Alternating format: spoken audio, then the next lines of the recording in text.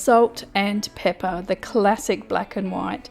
And what better way to showcase this than in a twill houndstooth. Hope you enjoy.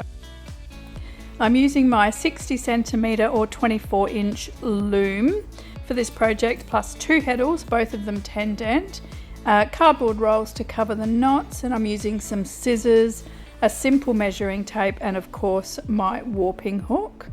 I've got another measuring tape, just a flexible one to clip to my weaving, and a quilting clip. I'll be using my boat shuttle, and I've got the other shuttle just in case I need it, and of course my pegs. So let's get started.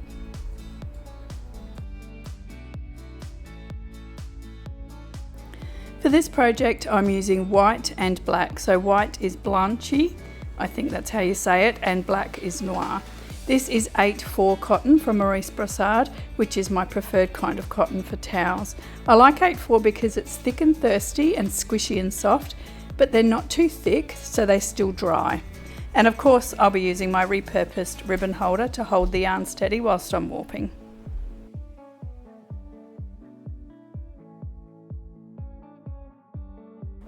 So I popped my yarn on the floor ready to go and clamped my loom to my dining table and made sure that it's nice and secure. I'll be using a 10 dent reed, just one for warping. We add the second one in threading. The width in the reed will be 50 centimetres or 19 3/4 inches, and I also like to secure the apron rod to the heddle. This just helps with tension. I've done a little diagram here to help with warping. The grey is blank, and then the white and the black represents what goes in each slot. We're going to do a black and a white in every second slot, and then alternating a black and a white singly in the other slots. So if you think about it as going one black, one white, same slot, then a black in the next slot, then the next slot of a white and a black, and then the next slot is a white, and so forth. So it looks complicated, but it's actually quite easy once you get your head around it. This should make for a slightly crammed warp. However, because we're weaving 2/1 twill, this will still make a perfectly beautiful drape on the towels, which is what we want.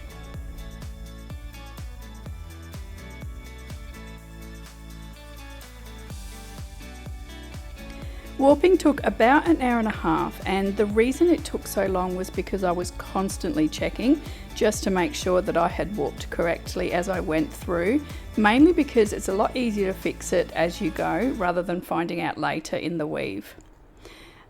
Once warping was done, I tied off my ends and unhooked my heddle from the apron rod and got ready to wind on.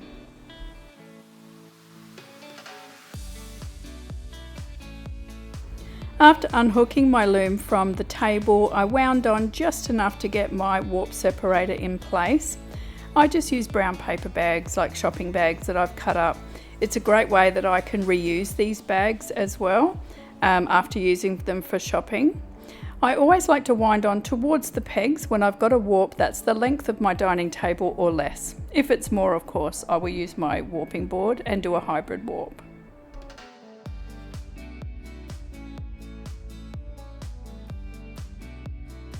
Now onto threading. We're going to move our heddle into the back position, and I also like to just secure each section with a very loose overhand knot, and this just protects the weaving in case it falls off whilst I'm threading. I like to work on just one section at a time to make things a bit easier.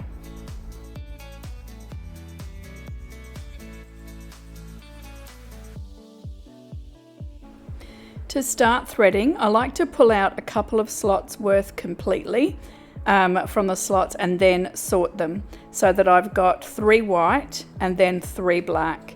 Anything more in the bundle I just place on the far right. So this does take a little bit of maneuvering, but any of those extra threads on the far right will just go into the next bundle that you pull out. And then the same rules apply. So for the first 3 threads, the first white thread, we're going to separate one, and that's the first one, and we're going to pop that into the first hole. The other 2 white threads are going to go into the slot next to the hole on the right. Then we're going to do exactly the same with the 3 black threads. The first one will go into the next hole to the right of the white, and then the other 2 black threads will go into the next slot. So that means that you will have white in a hole and then 2 white threads in the next slot, a black in a hole and the next 2 white threads in the next slot. So I've done a little diagram here just to help.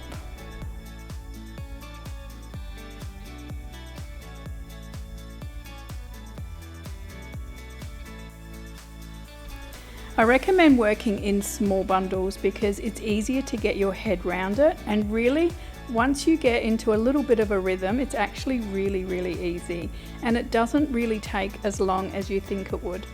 I know sometimes twill seems to be a little overwhelming, but I really encourage you to try. If not with towels, then just with a little sample warp, just to get used to how to thread and how to get it all working right for you, so that you feel a little bit more comfortable in tackling a bigger project like towels.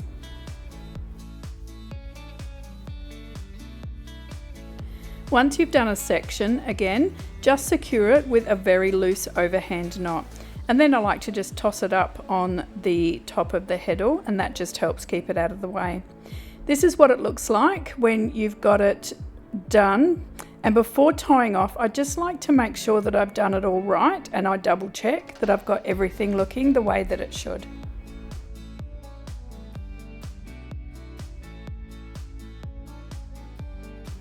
Once you've finished threading your first heddle, we pop our second heddle on. Now again, we want to work in small bundles at a time. If you wish, you can secure the 2 heddles together to stop them falling off. However, I found it tricky to get my hand in between, so I prefer not to do that, but that's always an option for you to do if you wish. For threading the second heddle, I just like to work in one colour at a time. So I'll grab the first 3 whites. Now the white that was in the hole at the back of the heddle, you want to put that in the slot to the left. So you just need to line up and measure between the first and second heddle, where the hole in the front heddle meets the hole in the back, and then pop that yarn into the slot on the left. That's the hardest part. Once you've got that bit done, the rest will fall into place. So the next thread, the second white thread, goes into the hole, and the next thread, the third white thread, goes into the slot. So it's slot, hole, slot. Then we move on to the next 3 threads, which are black threads. So again, we grab the one that the black thread that was in the hole at the back, and we can pop that into the same slot as the last white thread. Then the next black thread will go into the hole, the next black thread will go into the next slot. So I've done a little diagram here just to help you on what it looks like. And again, it looks complicated, but is actually super easy. Once you've done a section, pull down and see if you've got 3 distinct lines of threads. Here it is from the side. So if I just pull down, you can see that there's 3 lines of threads, and these are the 3 shafts that we'd be using. So if they're really clear, top, middle, bottom, then you've done it right. But do be careful, however, that you don't cross threads in between the heddles, because that is going to make your life a misery. So before you tie off each bundle, just go and check to make sure you haven't got any crossed threads. Then you can go ahead and tie each bundle off. Once you've got all of your bundles tied, it's time to lash on. You can of course tie on if you wish, but you will need a longer warp if you wanted to tie on. I find lashing on is less waste and just a lot easier to handle. One of these days I'm going to do a proper video on lashing on versus tying on and the benefits of both, but at this stage we just lash on by dividing each bundle in half, popping some scrap yarn through the top, around the bottom of the apron rod, and then continuing on, and of course going through and tightening until you've got nice even tension across your warp. To double check, just strum the warp at the back of the heddle so that if there's any areas you need to tighten up, you can do that before tying off. Once you're happy with your tension and you finish lashing on, then spread your warp using your preferred method. I use a scrap yarn method, and again, I will get to do a video one of these days on why I do and spread my warp that way, but let's get started on the weaving. The first few inches I wove and I like it, but I thought I would do things a different way. So I did them a different way in this top inch or so, and this is the way I continued on moving forward. And the difference between the two is just the order of where we place our weft yarn. So to start with, I did front heddle up, back heddle up, and then both heddles down. But then I changed it to back heddle up, front heddle up, and then both heddles down. And I just feel that the houndstooth is neater and nicer this way. But as always, it's a personal preference. So the weaving sequence is back heddle up with front heddle in the neutral, and then throw your first pick of your first colour. Beat, and then front heddle up, back heddle in neutral, and throw your second pick of the same colour, and then both heddles in the down position and throw your third pick with the same colour. So it's back heddle up, front heddle up, both heddles down, all in one colour. Then you repeat on the second colour. So you do 3 picks in white, 3 picks in black, and that will form the actual pattern. I ended up pulling out my second shuttle, the extra large shuttle that I bought, and I actually really love it. It's a little heavier than the smaller shuttle, but I just found that especially on the down shed, because the shed was a little bit narrower and it was just a lot easier to pass the longer shuttle through. You don't, of course, need to use a boat shuttle. You can absolutely use your stick shuttles and that will be absolutely fine as well. Again, it's just a personal preference. I didn't use any floating selvages in this weave because I wanted to show you the difference in using a floating selvage versus not using a floating selvage. Not using a floating selvage will just give you less of a neat edge. So definitely something to keep in mind, and I will show you what the selvage looks like without one. But if you want to know what they look like with a floating selvage, I'll link my 2 other tutorials on weaving a 2-1 twill on a rigid heddle loom in the description, just so you can see the difference. So here you can see how bumpy it is, and that's because every third pick you actually miss your outside edge thread. So you do get a little bit of a bumpy edge. I tend to prefer a floating selvage only because it makes a nicer, neater selvage, especially on towels, but as always, it's up to you. When the first towel reached 31 inches or 79 centimeters, I put 2 picks of scrap yarn in just to mark the difference between the first and second towel. You can weave a tabby weave whilst it's threaded up for twill. The plain weave you achieve just by putting both heddles in the up position for your up shed, and then both heddles in the down position for a down shed. Just something to keep in mind.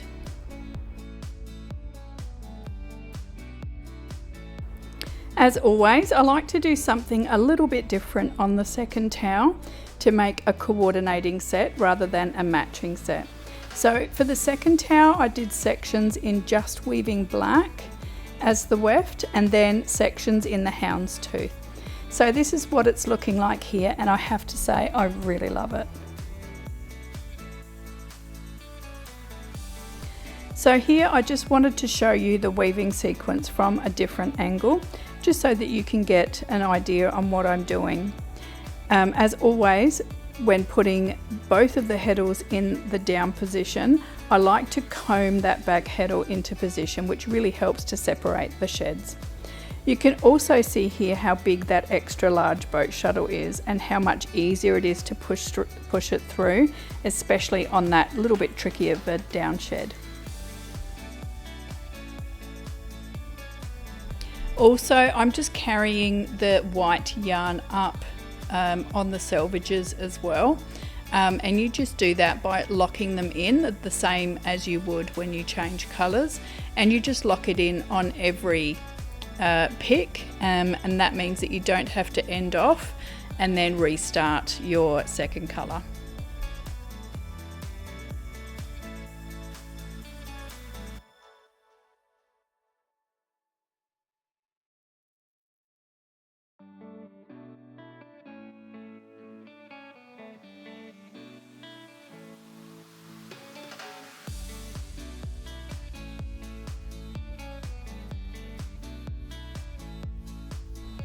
When that second towel hit 31 inches or 79 centimeters, I just ended the weaving. You can do a couple of picks of scrap yarn, and I normally do that, but I'm leaving just not quite enough room to make it a comfortable weave at the end. So once I've finished, I just cut the weaving from the loom and just place knots fairly close to where the weaving is, and here is what it's looking like now.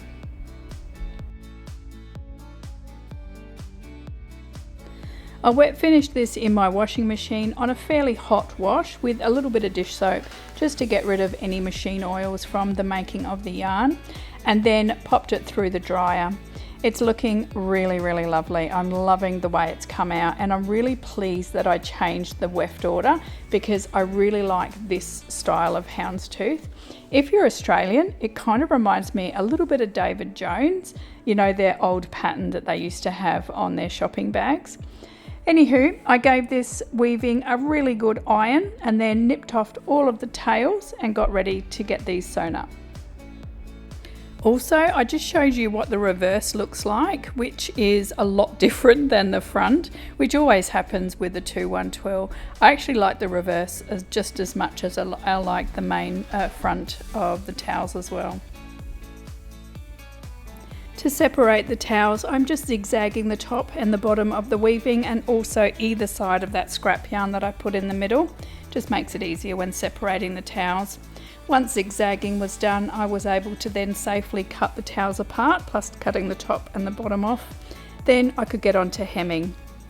I'm actually adding in just some little tags. These just say handmade, and I got them from Amazon.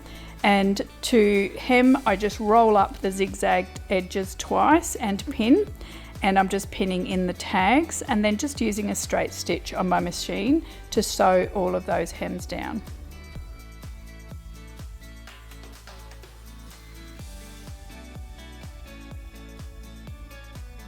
As always, thank you so much for watching. I seriously have the best community. I love all of your comments. Please like the video if you found value in it, and also subscribe if you haven't already, and stay tuned for the reveal.